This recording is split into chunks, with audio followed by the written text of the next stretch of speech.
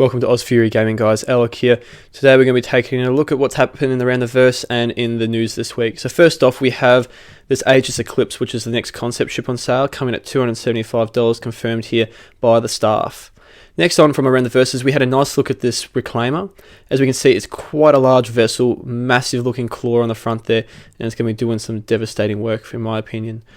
It's going to be beautiful too, judging from the inside shots here as they pan around. So I'm really looking forward to jumping on board one of these things. Don't plan to buy one, but it would be nice to maybe do a bit of crew work, just helping out and seeing what it's like. As we can see from the next set of shots, guys, that it's actually got proper crew quarters as well. And it's got a couple of toothbrushes and there's some toothpaste there too, which is really nice. The fidelity is in part or on par with the rest of Star Citizens, which is really nice to see for being such a large ship. And I really give quite a lot of respect to the guys who build these ships because it is not an easy task. As well as looking good, guys, they also put in some nice actual mechanical or useful stuff. And as we can see here, we have the grinder. I'd imagine this part of the ship would be what you'd use to be mulching up all those little pieces that come from the salvage ships. And as you can see, we actually do have a viewing platform. So I imagine trying to work on this thing would be fun too. Next thing on the list was the Prospector. They've been showing off the animation work here. Now, there's a bit of a bug, as you'll see a little bit later, but the door doesn't actually close properly. It actually, for some reason, sits near the front of the ship. But yet again, the fidelity is really high and a beautiful looking cockpit display too. As we can see from the top, as we have the standard sort of speed layout, we have all our instruments up on the top there with a target display and everything showing the shields. As we can see it flying around. It's actually quite a fairly nimble thing, and also too, I'd like to point out, it follows similar colour styles to the Freelancer. Or even just the standard Starfarer, not the Gemini, because the Gemini is green in that military sense. So yeah, just some nice details going around for it all. And as we can see, that there's the door to the right hand side. It's sort of bugged out a bit. So tell me what you guys think about it, guys. See, we're landing gear going up here, but tell me what you think about the ship and if you like it to be buying one. Next thing they were showing too, guys, besides, well, in regards to ships, was sort of fighting and how they've been trying to improve handling of things and trying to sort of get some real work happening on vessels and trying to get the whole sea built as well. As we can see here, they're showing off some more of the final build, showing it sort of really being more in the verse, if you know what I mean. Like, it's not just sort of grey box or slight bits of art done. No, it's actually looking close to being finished, except for this shot, but I think this is from the animation side, so it doesn't take up too much power. So as we can see there, we have these doors that drop down, so I'm curious to know what they're about. But then we get this high fidelity sort of shot too as we move into the cockpit area. I imagine this would be obviously the main pilot seat. And then also too, I'm curious to know if there'll be an actual co-pilot seat or what that's going to be like. As we can see here, we have a crew quarters, so this will be where you'll be setting up some tucker for yourselves.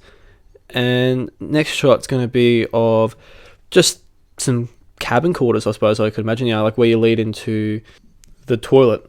Yes, it's the toilet. And I'm not sure why it's so special, but it is. So this looks to be like a little escape area, so you can get down and get to escape pods, or if the main hallways are being destroyed, you can just jump down. And I'm curious to know too, because obviously I'd expect pirates to be attacking this thing, how that'll work in conjunction. Now, speaking about massive things and awesome stuff, guys, here is a truck stop being sort of boxed out. As you can see at the start there, they've got the grey box done, and as we move towards the back, we can see they've actually done quite a lot to the truck stop. Now, this is going to be coming in 3.1 along with the Hull C, because if you guys aren't aware, Hull C cannot actually go into atmosphere fully laden. So the truck stops will be where you're basically dumping your cargo off to sell. Next here is really awesome stuff, is a re-entering of atmosphere in a vessel. So as we can see here with the Gladius, just look at the engine lines, or the heat traces from the ship. And as we go through, the burning up of the atmosphere is so cool. And also too, in atmosphere, look at the smoke trail from the engines and the engine light burns. It's just so awesome to see. Now, what is really cool is this lightning display too, guys. It's all randomized, which is absolutely beautiful. And then also too, here we have this Prospector blowing up, which is really nice to see some lighting effects going on with that. They have a whole bunch of different stuff going on too. Here's the railgun, showing it sort of getting closer to being finished. And look at that, beautiful sort of light work. And also too, there's been concept work done at the Foundry 42. Now, also another interesting thing to do with ships, guys, is they have been working on derelict ships. So they confirmed there will be constellations, starfarers, freelancers, and or so the nice sort of decent sized cargo ships where we'll be able to go and loot stuff. Seeing also to the Reclaimer, I'm wondering if you're going to go into atmosphere and pick these up and churn them out, but we'll have to wait and see. But as we can see here, they've got a really nice set of color tones for the destroyed ship. You can see it's been there for a while. I'd be curious to know if they'll have data as well as cargo on it. Next thing on the list here is a bit of a laggy look, but it's the Razor, Misk Razor, that nice nippy fighting ship. And we can see the damage model for it and how all the different components will be flying off. I'll be curious to see how well this thing actually does handle compared to the M50 Interceptor as well. Next on the list, guys, is this, all the guns I've been working on. So there's LMG there, as well as some other ship guns. And also, too, they've been talking about how Item 2.0 is going to be coming in. So it's going to be for selecting your ships, landing pads, all that sort of stuff, how that's going to really be working out together. And then also, too, they've been sort of looking at how to use the UI. So as you can see here, you have all different forms of selection. So they reckon you just basically hold F or whatever, and that'll be a use button, and that'll bring up your array of items, like so you can bring the cursor up. Now as we zoom in here, we can see that there is a fidelity in the fact that you can exit your ship instead of just having to press F and things like that. Here is the sort of stamina mode, so as you run around you get more and more tired, and how that sort of affects shooting and gameplay like that. So next on the agenda, guys, is outposts. Note too how this one was yellow, it wasn't just white like the other one, so this has been here for a while. But look at the actual detail, the computer, the books. This is meant to be an engineering outpost, but also too there's this part here where they have the flora, so I wonder if that'll be part of an engineering outpost or how that'll come about. And also too, we'll be curious to know if you can extract that food out and actually sell it. So Item 2.0 also brings in picking up objects as well as just selecting items or switches or doing emotes and stuff like that. So this will be important for actually doing cargo call. And then also to it, Foundry 42 guys, they have been working on your basically mission givers. So this, I've shown this a couple of times in the last few weeks, but I just love watching it, how they make it look so simple. But so after looking at Item 2.0, the UI on the ship, we'll take a look at takedown. So that's a silent takedown, and this looks to be like a fighting takedown or something. I'm not sure how it's supposed to work. Here we have a gallant reload for the machine gun, which is a new one coming out, and then we have a block out for the arrowhead sniper rifle, which is really cool to see.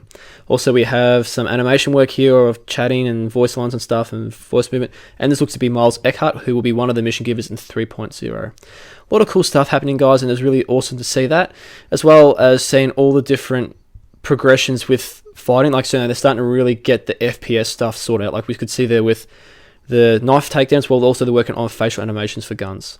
So I hope you enjoyed it, guys. I'm going to leave you here with a shot of sort of a nebula / space look as they talk about the new tech for that. Leave a like and a subscribe if you enjoyed the video. Let us know what you think about this week's ATV. I think there was a lot of information in it compared to the previous week, but to be honest, we had a pretty serious dump on all of that sort of stuff.